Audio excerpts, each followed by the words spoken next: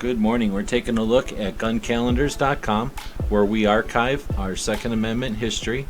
And today we're taking a look at a military anniversary, and that's the founding of the USO, the United Service Organization, a nonprofit, a charity, whose goal is to provide entertainment for service members. So the USO shows made popular with singers, comedians, actors, and they would travel to theaters of the various wars over the years. So today's the founding of USO back in 1941. If this sparks some conversation or some stories, we encourage you to post pictures, videos, be part of the conversation out there, and keep our history alive. If you know something we're missing in the calendar, let us know.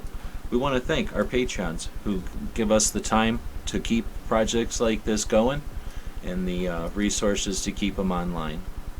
Let us know in the comments what you think, and as always, thanks for watching.